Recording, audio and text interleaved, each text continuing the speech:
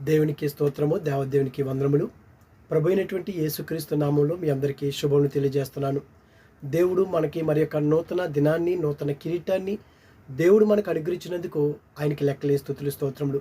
ప్రియ సహోదరి సహోదరుడా, దేవుని యొక్క వాక్యం సెలవుస్తుంది. ప్రభువైనటువంటి యేసుక్రీస్తు వారు సెలవిస్తున్నారు, మనుషుడు రొట్టె వలన కాదు కానీ దేవుని యొక్క మాట వలనంట మనం జీవించగలగమని దేవుని యొక్క వాక్యం సెలవుస్తుంది. అవును కదా, మనం ఒకవేళ రొట్టె అంటే ఆహారం తినకపోయినా సరే మనం జీవించగలం. కానీ దేవుని యొక్క మాట గనక మనలో లేకపోయినట్లయితే, అందుకే రొట్టె వలన కాదు కానీ మాట వలనంట మనము జీవించగలుగుతాము. మనం జీవించాలంటే ఈ యొక్క భూలోకంలో దేవుని యొక్క మాట మనలో ఉండాలి. అందుకే మనం మాట్లాడే ప్రతి మాట కూడా చాలా జాగ్రత్తగా ఉండాలండి. మనం కొన్నిసార్లు తెలిసి మాట్లాడతాం, కొన్నిసార్లు తెలియకుండా మాట్లాడతాం. ఎందుకంటే ఒక్కసారి మన నోట్లోంచి మాట బయటికి వచ్చిందంటే మరలా మనము వెనక్కి తీసుకోలేము. అందుకే మాట్లాడేటప్పుడు చాలా జాగ్రత్తగా మనం మాట్లాడాలంట. అందుకే ఇక్కడ సామెతల గ్రంథంలో చూసుకున్నట్లయితే మరి ఈ విధంగా జ్ఞాని అయినటువంటి సొలొమోను గారు చాలా చక్కగా రాసుకొచ్చారు. సామెతల గ్రంథం 25వ అధ్యాయం 11వ వచనంలో సమయోచితముగా పలకబడిన మాట అంటే సమయోచితముగా ఆలోచించి దేవుని యొక్క జ్ఞానాన్ని మనలో ఉంచుకొని సమయోచితంగా పలకబడిన మాట చిత్రమైన వెండి పళ్ళెములో ఉంచబడిన బంగారు పండ్ల వంటిదంటండి. చూడండి, సమయోచితంగా నువ్వు ఎక్కడ ఏం మాట్లాడాలో ఆ మాటలు కనుక నువ్వు పలకబడిన ఆ మాట అంతా చిత్రమైన వెండి పళ్ళెంలో ఉంచబడిన బంగారు పండ్ల వంటిది. అదే ఇంగ్లీష్లో చాలా చక్కగా రాసుకొచ్చాడు. Like apples of gold in settings of silver.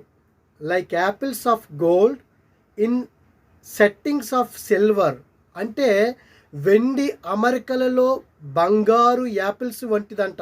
వెండి అమరికలలో బంగారు యాపిల్స్ వంటిదంట. ఏది? మనం మాట్లాడే సమయోచితంగా మాట్లాడినటువంటి మాట అంట వెండి ఆ అమరికల్లో ఆ సెల్ ఫోన్లో బంగారు యాపిల్స్ పెడితే ఎట్లాగుంటుందో ఆ విధంగా ఉంటుందంట. అంటే మన మాట చాలా జాగ్రత్తగా ఉండాలి. అందుకే ఎఫెసీయులకు రాసినటువంటి ఆ పత్రికలో 4వ అధ్యాయం 29వ వచనంలో చూసుకున్నట్లయితే వినువారికి మేలు కలిగినట్లు. చూడండి, మనం ఏదైనా ఒక మాట మాట్లాడినట్లయితే వినేవారికి మేలు కలగాలి, వాళ్ళకి మంచి జరగాలి, వాళ్ళు ఏదైనా ఒక బెనిఫిట్ పొందుకోవాలి. మనం మాట్లాడామంటే ఆ విధంగా ఉండాలి, లేకపోతే మాట్లాడకూడదు. మనం దేవుని యొక్క వాక్యమే సెలవుతుంది, వినువారికి మేలు కలిగినట్లు అవసరమును బట్టే, అనవసరంగా మాట్లాడకూడదు. ఎందుకు పరిశుద్ధాత్ముడు రాయిపించాడు? మనం అనవసరంగా మాట్లాడుతున్నామనే, మనం మాట్లాడుతుంటే ఎదుటివాడికి కీడు కలుగుతుందనే. అందుకే వినువారికి మేలు కలిగినట్లు అవసరమును బట్టి క్షేమాభివృద్ధికరమైనటువంటి వారికి క్షేమము వృద్ధి కొరకు మాత్రమే అనుకూల వచనము పలుకుడి. చూడండి, అనుకూలమైనటువంటి వచనాన్ని మనం పలకాలి. క్షేమాభివృద్ధిమైనటువంటి అనుకూలమైనటువంటి మేలు కలిగినట్లు అవసరాన్ని బట్టి మనం మాట్లాడమంటున్నాడు. లేకపోతే గనక మనం మాట్లాడకూడదంట. కానీ కొంతమంది మాట్లాడతారు కదండి, కత్తిపోటి వంటి మాటలు మాట్లాడతారు. ఎందుకంటే మన మాట అవునంటే అవును, కాదంటే కాదు. మన మాట ద్వారా ఒకడు ప్రాణాలను కూడా తీసేయగలం.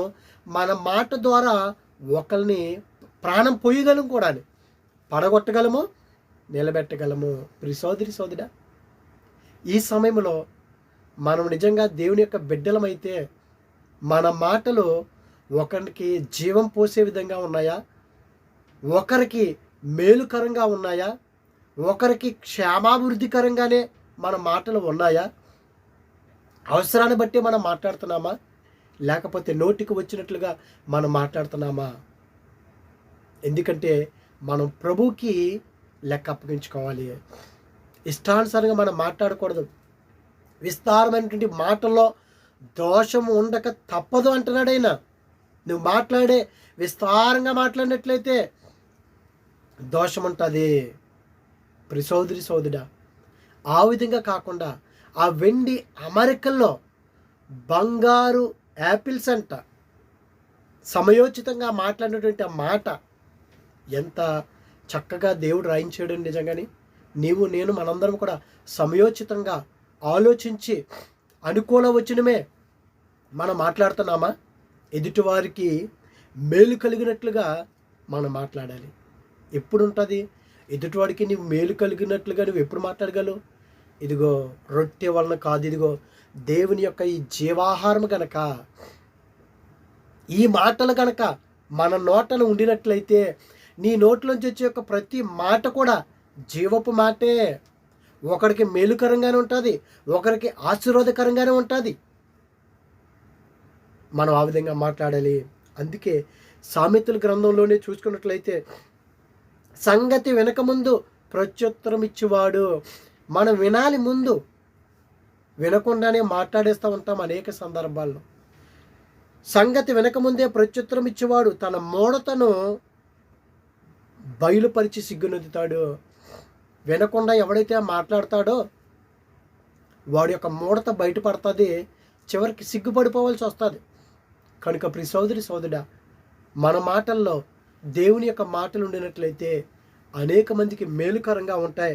అందుకే కొలసీలకు రాసినట్టు పత్రిక 4వ అధ్యాయం 6వ వచనంలో చూస్తే ప్రతి మనుషునికి ఎలాగూ ప్రత్యుత్తరం ఇవ్వాలనో. చూడండి, మనం ఎలాగ మాట్లాడాలో, ఎలాగ ప్రత్యుత్తరం ఇవ్వాలో, ఒకరికి మేలుకరంగా ఉండాలో, వాడికి క్షేమాభివృద్ధికరంగా ఉండాలో, అది మీరు తెలుసుకున్నట్టుకై మీ సంభాషణ ఉప్పు వేసినట్టు ఎల్లప్పుడూ, అప్పుడప్పుడు కాదండి, మనకు నచ్చినప్పుడు కాదు, మనకు నచ్చిన వారితో కాదు, మనకు అనుకూలంగా ఉన్న వారితో కాదు, ఇదిగో ఎల్లప్పుడూ మన సంభాషణ అంట ఉప్పు వేసినట్టు ఎల్లప్పుడూ రుచి కలిగినదిగా కృపా సహితంగాను ఉండనియుడి. చూడండి ప్రియ సోదరులారా, ఉప్పు లేకపోతే కూర చప్పగా ఉంటుంది. నువ్వేన్ని ఇంగ్రీడియంట్స్ అన్నీ వేసినా సరే ఆ ఉప్పు వేయకపోతే రుచి ఉండదు. ఇదిగో మనమంట ప్రతి మనుషునికి ఎలాగో ప్రత్యుత్తరం ఇవ్వవలెనో అది మనం తెలుసుకున్నట్టుగా మీ సంభాషణ ఉప్పు వేసినట్టు రుచికరంగా ఉండాలి. మన మాటలు నిజంగా రుచికరంగా ఉంటున్నాయా? ఎదుటివారు నిజంగా మన మాటల ద్వారా భుజించి వారు బలాన్ని పొందుకుంటున్నారా? మన యొక్క మాటల ద్వారా మేలు పొందుకుంటున్నారా? లేకపోతే నువ్వు ఎదుటివారికి నీ మాటల ద్వారా కీడు చేస్తున్నావా? ఒకరికి నువ్వు జీవం పోసేవారుగా ఉన్నావా నీ మాటల ద్వారా? లేకపోతే ఒకరి ప్రాణాలు తీసేవారుగా ఉన్నావా? దేవుని యొక్క వాక్యం శాస్త్రం అనేక సార్లు మనం మాట్లాడుకుంటున్నాం. లేని వార్తను పుట్టించకూడదు. మనం ఉన్న మాటలే చెప్పం, ఇంకా లేని మాటలు చెప్పాలంటే ఇంక భయంకరంగా మాట్లాడతాం. సత్యాన్ని చెప్పం మనం. ఇదిగో జీవ గ్రంథంలో ఉన్నటువంటి ప్రతి ఒక్క మాట కూడా నీ నోట నుండినట్లయితే ఎదుటివాడికో నువ్వే విధంగా వాళ్ళు నీ మాటలంట ఉప్పు వేసినట్టుగా మంచి రుచి కలిగినటువంటి ఆ సంభాషణ ఉంటుంది అంటున్నాడు ప్రియ సోదరుడా. అట్టి రీతిగా మన యొక్క మాటలు ఉండినట్లయితే మన నోట్లోంచి వచ్చి ప్రతి మాటలో కూడా జీవం ఉంటుంది. మన దేవత దేవుడు ఎంతో సంతోషిస్తాడు. అదేవిధంగా చూసుకున్నట్లయితే యాకోబు రాసినటువంటి పత్రికలో 1వ అధ్యాయం 26వ వచనంలో ఎవడైనా నోటికి కళ్ళెము పెట్టుకొనక, నీ నోటికి కళ్ళెం కనుక పెట్టుకోపోయినట్లయితే విస్తారంగా మాట్లాడతావు, కత్తిపోటు వంటి మాటలు మాట్లాడతావు. తన హృదయమును మోసపరుచుకొనుచు, కళ్ళెం పెట్టుకునేడు వాడు ఎవరినో మోసగించవసరం లేదండి. మీ హృదయాల్ని లేకపోతే మన హృదయాల్ని మనమే మోసగించుకుంటామంట. వాక్యం అనే కళ్ళని పెట్టుకోకపోతే, మనం నిజంగా వాక్యం అనే కళ్ళెం పెట్టుకుని మనం ఎక్కడ మాట్లాడాలో ఆ రుచికరంటి మాటలు, మేలుకరంటి మాటలు మాట్లాడగలుగుతున్నామా?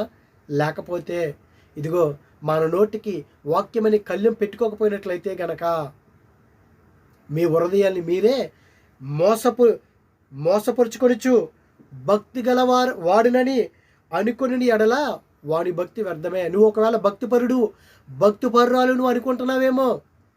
వాక్యం అనే కళ్యం కనుక మన నోటికి లేకపోయినట్లయితే మన భక్తి వ్యర్థము. ప్రియ సోదరి సోదరుడా, ఒకసారి మనల్ని మనం పరీక్షించుకోవాలి. అయ్యో ప్రభువా, నేను ఎటువంటి మాటలు మాట్లాడుతున్నాను, ఏ విధంగా మాట్లాడుతున్నాను, నేను నిజంగా మాట్లాడుతుంటే వాడు చిన్నవాడైనా పెద్దవాడైనా సరే నా మాటలు ఎదుటివాడికి మేలుకరంగా ఉంటున్నాయా, రుచికరంగా ఉంటున్నాయా, వాడి యొక్క క్షేమాభివృద్ధి విషయమే నేను మాట్లాడుచున్నానా? కొంతమంది మాట్లాడతారండి, భయపెట్టేస్తారు. ఉన్నది లేనట్టుగా లేనిది ఉన్నట్టుగా సృష్టించేసి పరిస్థితులు కొంచెం ఇదిగా ఉంటే చాలు, అయ్యబాబు ఇంకేమీ లేదని ఇంకా భయపెట్టేస్తారు కొంతమంది. ఆ విధంగా ఉండకూడదు.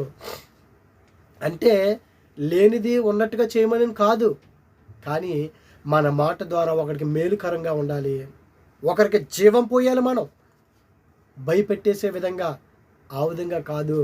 ఇదిగో మన నోటికి వాక్యమని కళ్ళని పెట్టుకున్నట్లయితే మన హృదయాన్ని మనం మోసగించుకోము, ఎదుటివారు కూడా మోసగించబడరు.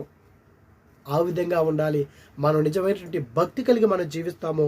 కనుక ప్రియ సోదరి సోదరుడా, మనందరము కూడా దేవుడికి ఇష్టమైనటువంటి ఆ మాటలు మాట్లాడినట్లయితే అనేక మందికి మన మాటల ద్వారా జీవాన్ని పోసి వారిని మనము జీవింప చేయగలము, బ్రతికించగలము. దేవుని మాటల ద్వారా, దేవుని మాటలు మన యొక్క నోటిలో ఉండునుగాక. ఆమేన్. పరిశుద్ధుడా, ప్రేమగల తండ్రి, మహిమగల దేవానికి స్తోత్రములు దేవా.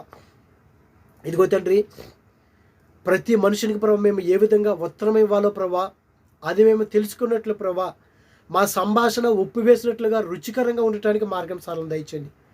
ఒకవేళ మేము మాట్లాడినా సరే మా మాటలు చప్పగా ఉంటున్నాయేమో ప్రభువా, నీ మాటలు మా నోటంటూ ఉండినట్లయితే అనేక మందికి మేలుకరంగా ఉంటాయి, రుచికరంగా ఉంటాయ్యా. ఈ లోకానుసర మాటలైతే అందులో రుచి ఉండదు, జీవం ఉండదయ్యా. ఇదిగో తండ్రి, నీ మాటలు మేము మాట్లాడడానికి, ఇదిగో తండ్రి, ఎవరితో ఏ సమయంలో ఏ విధంగా మాట్లాడాలో ఆ జ్ఞానాన్ని మాకు అనుగ్రహించండి. నీ కృపలో మమ్మల్ని భద్రపరచమని, అనారోగ్యం వరకు ఆరోగ్యాలు దయచేయమని క్రీస్తు నామములో అడుగుచున్నాం పరమ తండ్రి. Amen, amen. God bless you all.